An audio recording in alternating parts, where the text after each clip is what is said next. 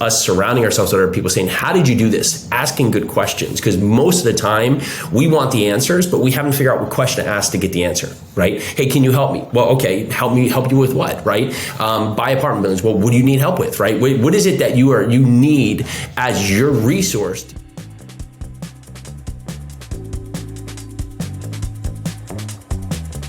Welcome to The Path to Wealth, the show about well-being, fulfillment, and financial freedom. And I'm your host, Hannes Henschel.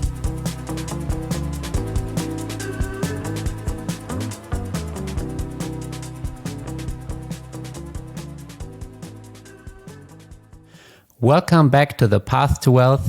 I'm your host, Hannes Henschel, and today we have a very special guest, Jason Yarusi. Jason is the founder of Yarusi Holdings. Together with his wife, Pili, they have acquired nearly $200 million worth of real estate in the last couple of years. He also hosts a Multifamily Live Podcast and a 7-figure multifamily mastermind. As a husband and father, Jason is passionate about his family and health. Let's learn from Jason about his approach to real estate investing and life. Welcome to the show. Yeah, thank you so much for having me. I'm excited to be here. Yeah, 100%. I mean, I really love what Pili and you're putting on, the mindset, the soul searching that's going on. You know, it's way beyond the money, which is very much what we are all about at The Path to Wealth. So I think it's a great match, and I'm really looking forward to the conversation. So maybe you can give us a little bit of an overlook. Where did your journey in investing start? How did you find your path, and maybe how did it crystallize for you that this was a crucial component to having freedom in life? Sure. You know, it becomes evident that you're either going to be okay with the path or okay with not being okay with the path, or you're going to make a choice to seek something better. And Pili and I met bartending in New York City many years ago. And we were on that path. And at that point, we were going in the directions we were going, as many of us are, just trying to figure out that next step, right? Just either not knowing where we want to be or where we want to go to, but really just trying to find our way in life. And it took us many years just to get together as a couple. And as we did, we kept moving into different paths, right? So we were, of course, bartending, then we were owning and opening restaurants and bars and breweries, and then we moved to New Jersey to help the family business after a Hurricane Sandy had happened in New Jersey, because the family business does a lot of work for storm work. And so that business exploded. We went out there and it was very good to help Dad, but what it kept reinforcing is that everything we had done to date was working for the dollar, right? If we didn't show up, there was no money. Right? There was no, 9 to 5 where, every Friday, whether we were there or not, we're going to get a paycheck. It was, hey, you have to do this service. And if this service is not done or you don't show up, that works, and there's no money there. And all we kept finding is that our time was being traded for dollars. At every point of the conversation, we had to do. So the more you do, right, at a certain point, there's diminishing returns because you can't be anywhere and everywhere. And so you are capping your potential. And it kept coming across that this is we either are okay with this or we have to find something different. And what kept coming on the table was the word real estate. And that word can mean so much because there's so many different ways to win in the real estate world. However, what we thought at the time was what was right in front of us is that, we'll go out there and buy, houses that were damaged from the storm, right? And we'll fix them up and do flips. And so Pili got a real estate license, and I went out there and we started flipping these homes and do these very intensive projects. And what it continued to come across is that we were strapped on time. Here we are doing a construction business. If we had more hours in a week or more days in a week than we would use them. And then now we're trying to do all these other active things like flipping houses, wholesaling, and it's going further and further away from our goal of just finding a way to create value based on using our knowledge instead of using our time. And so that kept really being something that we did over and over and over again until we came upon someone doing out-of-state rentals. And that was that aha moment because we saw them go out there, empower other people, put together a plan, use that plan to be able to go out there and improve properties without them doing any of the work, and then create cash flow from it. So we started replicating that approach on a small level, and it started working. So we doubled down on that and said, wow, this is great. However, it's not going to get us to the goal of finding the freedom we want. So how else can we do this? And we came across a podcast just like yours where someone was talking about buying large apartment buildings. And that was that light bulb moment where we said, wow, if you can do that, well, it's like buying a business where you're buying a business and you have this large business and you'll be able to capitalize by putting in efficiencies and really gaining the economies of scale. So we sold off those smaller rentals, went away from the flipping, went away from the wholesaling. Pili stopped doing anything from an agent perspective, went all in multifamily, and that was back in 2016. And now, since then, we've done about 25 transactions, a little over 200 plus million in real estate across 2,000 units in about 6 different states. But that really allowed us to get back from the point of doing all the active work ourselves and empowering others so they can do their best role. So we can put them in the best position to win, and we can all win from the bigger project, because there's so many ways that each and every one of us, from ourselves as active operators to the property managers to the contractors to our passive investors who invest with us on these projects. Yeah. And this is, there's a lot to unpack here. And I think one of the things that I want to hone in first is you mentioned that you were operating restaurants. And I mean, I also have a hospitality background, and I know the hassle it takes, to run. So at this stage, you're already a business owner, but you said you still had to trade your time for money. It was still nothing that runs by itself. And I mean, I spent the last 10 years in New York City. I know what it takes to operate a place there. And it's like the minute you step out, the place kind of does what it wants. It's so hard to have a well-oiled machine that just runs itself. And most restaurants in the city don't. Yeah.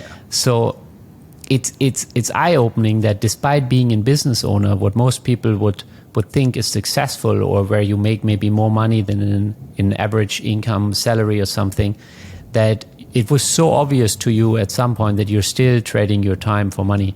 And probably in a similar case, the company of your dad, you were getting involved, but still to some degree trading your time for money.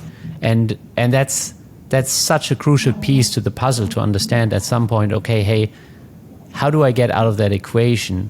How do I get on the end where money comes my way, or I can leverage the capital or other people's expertise? And I think that's one of the common things is that we end up in multifamily real estate because it has so many different levels of leverage.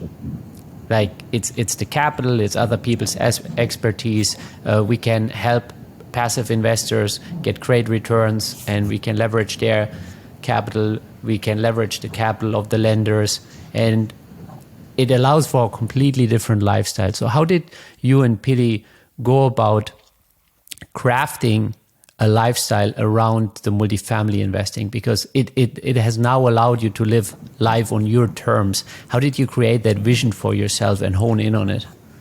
We've constantly surrounded ourselves with other like-minded people that were doing it successfully. And so we were watching what they were doing and taking tidbits that could help us build towards our goal, right? Ideally, we want to help others, impact others, be able to give them great opportunities at the same time, teach our kids in a way that they can grow up and make great choices so they can impact others. And so if we're out there working every day and we're getting home, we're tired, and we have no time for the kids, we go to bed and we start the same process and we just beg for the weekends, then that's going to be the impact we're going to have on our kids. And so it's a choice where we either just keep banging our head against the wall and just keep doing it, or we say, okay, this is not the way. Let's stop banging our head on the wall and find a different way. And most times in life, many people get stuck in a point where they just keep banging their head on the wall and they assume, well, this is it. So let me just take it for what it is because there's no other opportunity for me. Or you go out there and make a change. But that change can be so scary for so many, so they will just stay with the uncomfortable and say, you know what, I'd rather stay with the uncomfortable than take the risk of actually being happy, because that risk seems so much more scary. So us going out on limb is us surrounding ourselves with other people saying, how did you do this? Asking good questions, because most of the time we want the answers, but we haven't figured out what question to ask to get the answer, right? Hey, can you help me? Well, okay, help you with what, right? Buy apartment buildings. Well, what do you need help with, right? What is it that you need as your resource to get you to that next step? And it's not always the goal. Hey, today I'm here. I've never brought any kind of real estate before. Tomorrow I want to buy an apartment building. Well, what is a first actionable step I could take to put myself in a position to learn the steps needed to buy apartment buildings? If we stop looking at the end goal, what is that goal? What is that end result that we need? And start looking at, okay, if that's the road, right? And that's the path and that's the end destination. Well, we're not just going to go from A to Z, right? There is all the letters in between. So what is that next step we have to get to figure out better questions? And if we can continue that part to put ourselves in a position to ask good questions, then the results are going to be just absolutely in all ways the ultimate goal we want, right? Because we're going to be asking good questions, getting good answers, and then that's going to lead us to the results that we want, or at least lead us away from the things that we don't want, which can put us on a better path to get where we do want to be. Yeah, I always felt like this is definitely something I don't want. That was a lot more obvious in the beginning for me. Like whenever there was something, it's like, oh no, this is not supposed to be part of my life, kind of thing. And maybe this energy, the way those people conduct themselves, that's not part of my life. At least in the initial stage. I think now I have a better sense. Like maybe it's intuition, but I understand more what's a full body yes and what excites me and where I should be moving towards. But I definitely originally it was more about, okay, this doesn't belong here. What are some of the tools or maybe books, mentors that have really helped you hone in on that, understanding what belongs in your life and what doesn't? What belongs in life and what doesn't? Honestly, you can look at a lot of different points. And what it takes is that there's so much great information out there on the internet. However, you can't just take information and take information and take information. You have to take information and take action. And in most points, it's the action that we forget to do, right? Because we can continue to listen to every motivational podcast, every advice topic, everything about real estate out there. But at some point, we have to go out there and act. And so find a way of something that resonates with you, whether it's, a David Goggins or a Jocko Willink or a best ever real estate podcast or the Bigger Pockets podcast or any of these other points. And don't listen for years and just say, well, that's great. Because what we get is we get into this shiny object syndrome where everything tomorrow sounds great. And so you go in this next direction, but it's this way that you feel like you're accomplishing stuff because you're just listening to more knowledge, but you're not actually doing anything. And so you have to be realistic with yourself. If you've been out there 6 or 12 months and you look back and that 6 or 12 months, you've learned stuff, but you haven't done anything, well, it's time to start doing something, right? That's the result, is that you have to take some action, because ultimately you're going to act and you're either going to find out that, okay, great, you're on the right track, or you are not. And if you're not, that at least eliminates that track. We get so scared to eliminate a track because we think that, if we do the wrong thing, then the world's going to start on fire. But really what it's going to do is you have to do that to learn where you need to be going. Yeah, I think it's Naval who said that it's not 10,000 hours, it's 10,000 reiterations. And to tie it up with what you said, it's 10,000 times taking action and seeing if it works or not, and doubling down on what works and stop doing what doesn't. Yeah, I agree. It is that point, right? Because you can think 10,000 hours, but I hear, and I heard this a lot in the construction world, well, I've been doing this for 20 years. But if you've been doing the same thing for 20 years incorrectly, or you've been unhappy for 20 years, doesn't give you street cred, right? It doesn't make it like, oh, well, okay, well, I guess that's right? Just because you've been doing it for decades does not actually mean anything. If you've been doing the same thing wrong, right? If you literally have been walking into a wall for 20 years because you haven't gone through the door 2 feet away, that doesn't mean you just keep doing it, right? So we have to continually learn the lesson. And that's one of these things that of course, education, the availability of information, all these things, right?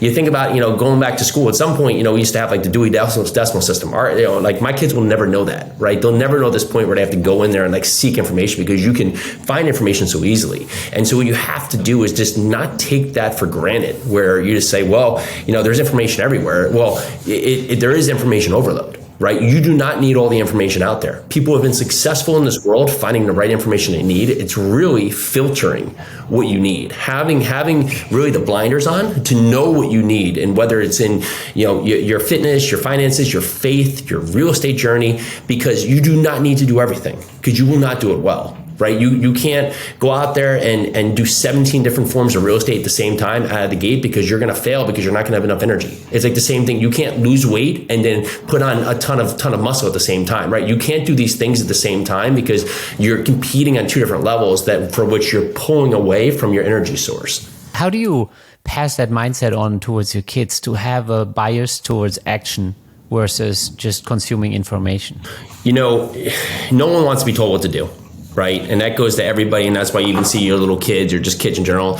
And so your best way as a leader is to show with actions. Right. Because you have to make sure lots of times we see people in life want to give us advice who have never done that advice. Right. They've never taken that advice. They've never done it. They've never, got in shape. They've never been successful in business. They've never gone out there and taken that chance. But they want to tell us not to do something, or to do something based on something they heard on the internet or something they watched in the news. And so we have to see what other people are doing and how that's impacting them. And then if you can do that continually and have that in front of them, they're going to find their own way of why they need that in their life. Yeah. Yeah, and I definitely agree with that. Nobody likes to be told. So, especially whether it's kids or not, it's always better to live by example. And that's something that I can really see from the distance. You and Pili doing, you're really going for it. You're hosting different events. Maybe you can speak a little bit to some of the events you're putting up, because I think those are really crucial pieces of education that you're putting out there. So I want to make sure that people are aware of those too. Yeah, I appreciate that. So we have the Multifamily Live Podcast, and through that, we have the 7-Figure Multifamily Mastermind. That's a mastermind where we teach other like-minded individuals who are trying to go out there to, whether they're in some other form of real estate or they're in some other job where they're looking to just either add on different income streams or completely transform into just being a real estate investor. We help them buy large apartment buildings or buy any size apartment building. So we have had people buy everything from a 2-unit to a 300-unit under our program there. And it's been great to watch. It's been great to watch them and their success, because these steps are attainable by anyone at any point. And it's the mental game first that people have to get over, the hurdles that they have to come by, and then following steps that have been achieved by others. And when you can put those one foot in front of the other, you see it's achievable, and then you start doing it. And having that proof of concept, seeing so many others do it now through our program, has been beyond rewarding. And so we have that. We have our event coming up in June, which is Multifamily Live. It's a 3-day event where it's our one public event where we bring all kinds of people in, all different forms of people who are trying to do real estate, like we said, in some other job. So that we'll all get together in June. And then we have a number of private events for our mastermind members throughout the year as well. So where do you get people started that might come to your events, but they're on the fence? Because, as you said, it's the crucial piece to the puzzle is the mindset. But I see that over and over again, where people get hung up in their fears or in their concerns or in what other people maybe that are not even doing it tell them, if they heard something on the news. How do you help them overcome those on the fence states? We have to help them build their journey, right? Because at some point they're going to say enough's enough. And so these are people who are ready to take that next step in their life, right? Or on the same part, thinking that already. Because at certain points, we want to help them identify whether this path is right for them. And it's not going to be right for everybody, right? So they can come into our group here and they can come in and meet with us and we can talk to them to see if this journey is going to align with their goals. Because ultimately, these people that come in have goals. They have goals either that they're just trying to figure out, or they have goals that are outside of the direction they're going now. And we give them a path to get to those goals. And that's through multifamily investing. So we help them understand the journey and make sure that aligns with the goals that they have in place. And that's how we help them get out of the gate. Yeah, it's great. I think it's really, it's breaking down the mountain into digestible step or actionable steps. So you can put one foot in front of another or take one bite at a time. And then suddenly what seems to be overwhelming and very challenging turns into something very actionable. Most of the time we think of the result, and it's just that we have an idea and then we have the result, and we assume that if it's not done by tomorrow, then it can't be achieved, right? Because now you get social media, you get all kinds of things in a way that have just put this in our mind that we have to have quick results, because ultimately we think we see others who have had quick results. And the story there is that we're going to spend our life on the journey. These results are going to come at certain times, but that's not the end result, because once we get to that result, we're going to have new goals. And so if we can learn to continue to focus on the actions and not worry about the results, knowing that the actions will lead us to results, then we're going to find our highest and best use and our higher calling for where we want to go. Yeah. Boom.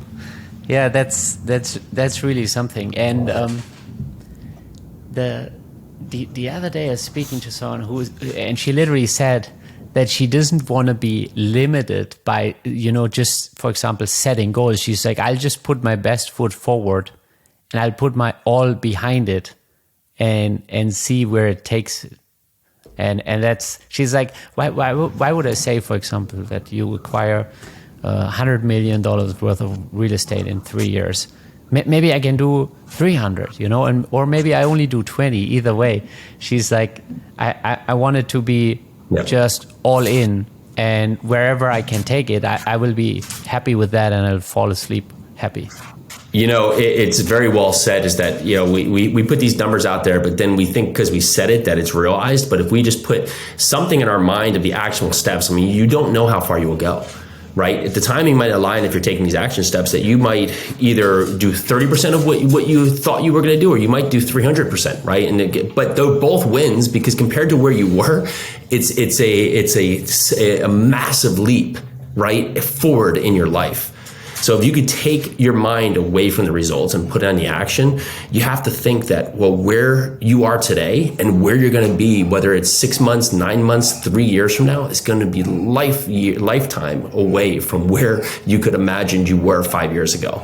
Yeah, I think one of the mental games that at first, when I was like comparing a W-2, or even I was just like you, self-employed and had my own business in hospitality, and when I was looking at it, I'm like, what is there to lose? I can always come back to this. Like, worst case, you can always come back to this. You can open maybe a new restaurant, or worst case, if you don't have the finances to open a new restaurant, you can definitely find a new W-2 job in a similar case. So for me, it was always like, at least make sure you go for it. At least make sure you swing. Because one thing is for sure, I don't want to lay in bed when I'm 80 and ask myself, why didn't I try? It's something of note that we wait so long to take action, and then we think we've missed the point. And if you just think think of anything, like imagine you wanted to play the guitar and you at 20, you're like, oh, well, so I saw someone else who started the guitar when they were 8, and look how far they are now, so I'm too late to start.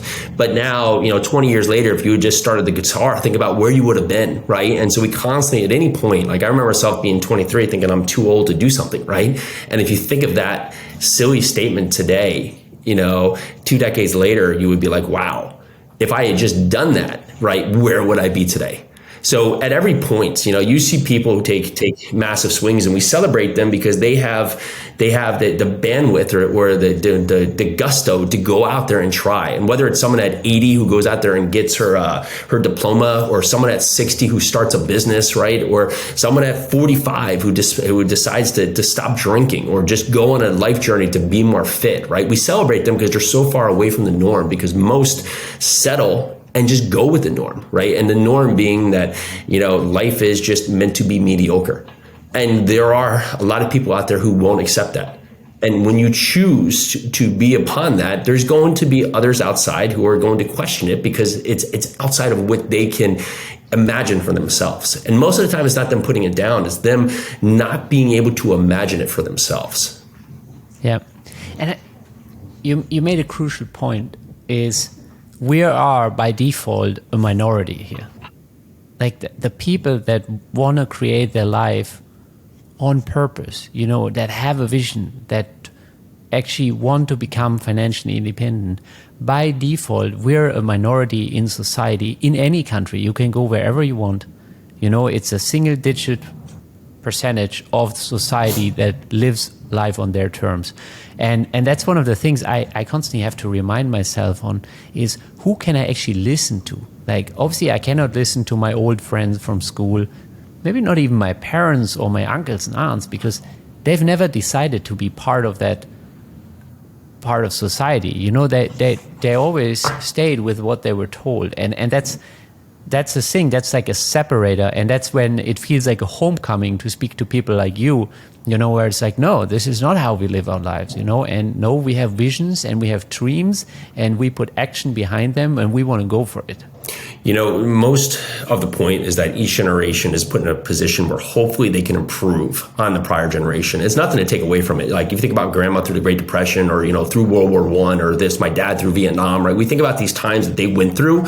If you think about someone who was born, 1900s, right? Or 1920, 1925, that's still around today. And you think about all that they went through. Right. You think about all the ups and downs and you think about, just us and our points and, a couple of the things that we've had to go to. It's nothing compared to just the amount of chaos that's happened in the last hundreds of years. And so for us, we don't have many excuses for why we can't go out there and find our best life. We have all the resources. We have better health. We have better knowledge. We have better nutrition. We have better feedback. We have more access to money. We have more access to everything.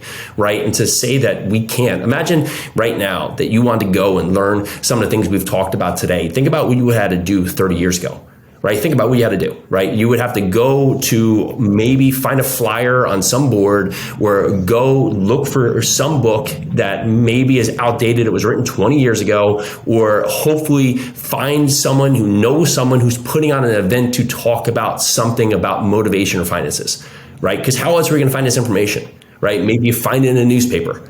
But it wasn't that you just go on Google, you find something like, let me find a podcast on wealth, right? Because that's what you can do right now today in 5 seconds. And so for us to make excuses about not being able to be where we are, right? You think about our access to being on the journey we want to be on compared to anybody 20, 30, 50, 100 years ago, and you have to laugh at ourselves if we're telling us that we don't have the resources to get it done. Yeah, especially that everybody has the internet on their phone.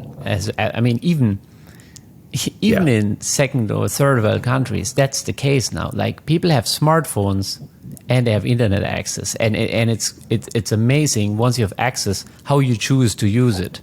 Like you can use it to educate yourself, listen to podcasts, become part of, and there's so much information for free. So it really boils down to what you said is taking action. And another thing that I always keep thinking about, I'm big into meditation and yoga. And I remember when I first decided to kind of get into it, it was so easy for me to find courses, classes, even more original things from India maybe. And then I was thinking about what it would have taken my parents to get any information like that. And just like you said, they would have had to go to some special library in a major city to find any of those books that I could just order on Amazon, or the information that I could find online. The level of things that they had to overcome to get to the same level of access is just incredibly different. Agreed. Yeah. Absolutely agree. So how do you plan on driving your vision for the future from here? Because what I like about you said in the beginning that between Pili and you kind of had to figure out the relationship, and then you were figure out, okay, what is it that we actually want to do and what gives us the freedom? And now you figured out some of the major building stones of, I would say, a fulfilled life. But now you're also empowered and you can do so much more service, you can give big more, you can think bigger. Where do you want to take it from here? What you have to remember is that it's And 9 to 5 is an interesting world because, you work 9 to 5 and on Fridays you're usually, onto your own thing and then you come back Monday, right? And in your world of entrepreneurship or working for yourself is that there is no off clock. So you have to be able to set parameters and make sure that you are using yourself to the highest service so you can serve more. And for us, it's really on creating boxes so we can make sure that in the time we have that we're putting the most impact into that time. Right. So it would be like if I was here with you on this podcast at the same time trying to be on the phone, at the same time running on a treadmill, at the same time walking my dog. Right. And many times in the world of running your own business, that's what you can do. Right. That's what can happen at the same time because you're not setting guidelines on how your life needs to act. And so we're continually trying to reinforce our days to be most powerful with our commitments and our focus. I like that. It's very being very intentional. So how do you choose your focus points? Like how do you create maybe a map of values to make sure, okay, this is something where I want to be very intentional, where I want to put a lot of my time and focus? It comes in seasons. At certain times, you're going to need more focus, right? Like if your kids are sick, they're going to need your attention, whether you had a goal that you wanted to make 50 phone calls today, right? And so you have to find your seasons of where your energy needs to be, but also make sure that you're coming back to we'll say it like the lighthouse, right? We're coming back to the point for where we have a reckoning for where we need to go. And so whether it needs that I need to grow my wealth or I need to improve my health, right? Where's my focus? And in making sure that the actions taking that are aligned. Right? So, I need to be more healthy. Well, okay, are you drinking enough water every day, right? Are you taking these steps that are just part of your journey? Okay, are you making sure you have activity in your life? Are you using that activity to give you, because that activity is going to help you on your journey to have more energy to do better in your business. And so if you can think about where's my shortcomings and do I want to focus on it? Because, maybe some people just their health is not their biggest priority yet. But on my part, if I'm going to make this impact and be able to grow wealth in this way, I want to make sure I have the health to be able to enjoy it or have the time to use the wealth efficiently into the future for others. Yeah. And I think this is a component that many of us easily, and I've seen it with my parents and my grandparents, where money was the predominant object of striving, and the health was neglected, and and then you're old and running out of energy, and you're like, and you don't even have the will or the energy to get your health back, and that's for me is just so sad, because I'm like, well, what's life worth? Or if you can't enjoy it, if you don't have the vitality, and it's so interesting. I spoke to a gentleman yesterday, and he's now in his 70s. But he basically became a multifamily investor in his early 60s. And we were talking. He's like, most of my people in my circle now are significantly younger than him. And he doesn't want to hang around the same age group anymore because they all just want to sit in the rocking chair. And he's like, no, I'm still going and I have like 20 plus years to go. That's incredible. Yeah, if you think about that, age becomes a number, right? Until you haven't used your time accordingly, and it becomes we'll say a detriment, right? It says, what is it? I'm gonna butcher this, but the healthy person, has 1 million goals. The dying person has one goal. Right. And so if you think about that in terms of what it is, it's just we focus so much on what we don't have when we have everything in front of us until we don't have something, and it has to take all of our focus. Yeah. And I think that can easily be the case for so many of us where we get taken by outer success. How did you and Pili go about defining what success means for you as a couple? You constantly are learning. I don't know if it's like, hey, success is this and this is the golden rule. It'll be like that forever, right? But again, it becomes down to impact, right? If you think 30 years from now, will I be remembered? Well, hopefully just my kids will carry on me at a certain point. And whether it's remembered by name or remembered by how they act and how they pass those actions on to their kids and how their kids pass those actions on to their kids, that is really success, right? If you can set something that can set people on a path that can help them be their best selves, and then they can use that to help others do the same, that's a great version of success right there. Yeah, and I think it's the truest version of wealth is to pass on, who they are, to embody wealth, rather than passing on physical wealth that anyway will get lost if they don't know how to embody wealth. Yeah. So you mentioned that you invested in 6 markets. What are some of the markets that you focus on, especially where we are kind of headed? We're in what people consider, kind of a down market. There's a lot of news about different things. What's your take on where we're headed in the multifamily market? And obviously, I assume that you and me are still bullish, and why? So we didn't start 6 markets at once, right? So it wasn't an I'd do all these markets. We started in one market, really focused on that market, and then continued to progress into other markets. So it wasn't a shotgun approach. It was a very dialed in and detailed approach. And so that was Louisville, Kentucky, and we started there for a number of different reasons because it aligned with the value add approach we were going at that time. We've moved away from that market now and moved into other markets, right? One being Nashville, where we are positioned now and where we live, right? And so we started to focus on there because really we saw the path of progress, the energy, the job growth, the job diversity, the population growth, right? All the different things that we're expanding here, along with just the inability for housing to come online at a very productive manner. So we're having a supply crunch at the same point. And that's why we see the same thing of keeping optimistic and bullish about the approach forward, is because we have a lack of housing right now, and certain markets are going to feel that crunch much more dramatically than other markets, and we believe Nashville is going to be one of those markets. Yeah. What is it about, how long ago did you move to Nashville, you just said? 2 years. 2 years ago. What do you like about Nashville? I mean, I'm always thinking about Nashville. I've been there a couple of times. What is it that you think attracted yourself as a family, as well as brings the population growth and job growth that we're looking for as investors? Well, we were open to explore. So we were looking at a few different markets, and we had some properties here. So that was one of our main drivers, is that let's just move down here because it just seems like a lot's going on, right? And so there is a lot of jobs coming here. There is a lot of job diversity, right? There's no state income tax. They're very well flourished into helping businesses succeed.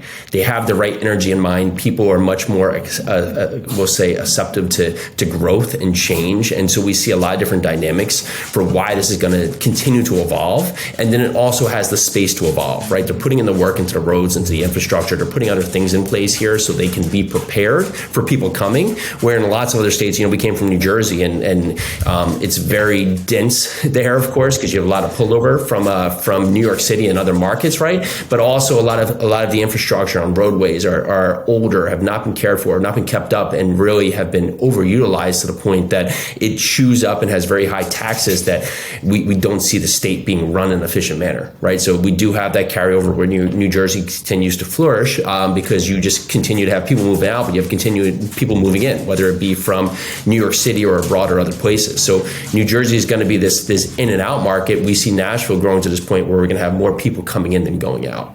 Yeah. And what are those other 4 markets, if you would like to share? So right now it's Atlanta and Nashville, and then we have ancillary properties in Little Rock, and then over in North Carolina. Interesting. So you stayed away from Texas completely? We just haven't gone there. Nothing against Texas or other points. We have friends and some of our mentees who are winning in those markets. However, on that fact, it just hasn't been the right time for us to put the energy into there. Yeah. So given that you're also guiding people in the investment approach, what's your current take on where we are in the cycle, and what's the guidance you're giving your students right now when it comes to how they should finance and structure their deals, and the market outlook for like the next couple of years? I've been told three things. If you can have cash flow, reserves, and good long-term debt, you're always going to be in a good position, right? And so we passed that on. The same thing here is that when we're looking at projects, we want to have a business plan that gives us multiple options on the back end here, whether we could refinance, sell, or sustain with how we are. Right. And so if you could think about that into your plans, if you're going in there just with a one-trick pony and you have to do something, well, the market is going to react in a way that might not be best suited for you and your project. So you have to make sure you're thinking the project fully through and not just thinking about let's buy real estate. Yep. Yep. And that's very much what we got some guidance in one of our sessions from Ken McElroy, and he pretty much nailed it down like that. He's obviously been through a couple of cycles, and so that's the kind of guidance we appreciate, because at the end of the day we want to make sure that all of our passive investors, or we as investors, and the communities are taken care of in any direction that the market might take. Yeah, 100% agree. Right. It's exact point is that if you think about the last 5 years, how many different turns and twists we've been on, is that ultimately we have to choose a route that's going to give us multiple options to adapt in the right way. Yeah. Well, Jason, this has been really informative, insightful, and I always have one final question that I like to ask. What do you consider a life well lived?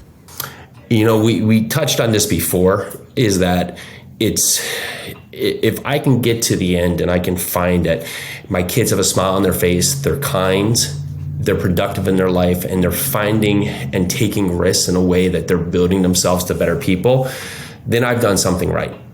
And so if I can leave that impact on them, then I know that that impact will be felt by others. I love it. Awesome. And where can people connect with you? I want to make sure that they have the resources, and we will also add it to the show notes so that they can find you, subscribe to your podcast, and eventually maybe become part of your mastermind, because it's well worth it, and what you and Pili are doing is truly amazing. So I want to make sure that people have the ability to connect with you. Amazing. Well, you really asked great questions. I appreciate you having me on. So you can find me at yarusiholdings.com, YARUSI holdings.com. You can find everything about the projects we do, whether you want to look about investing or learning about investing, find things in our mastermind or our podcast. And you can find me across social channels at Jason Yarusi.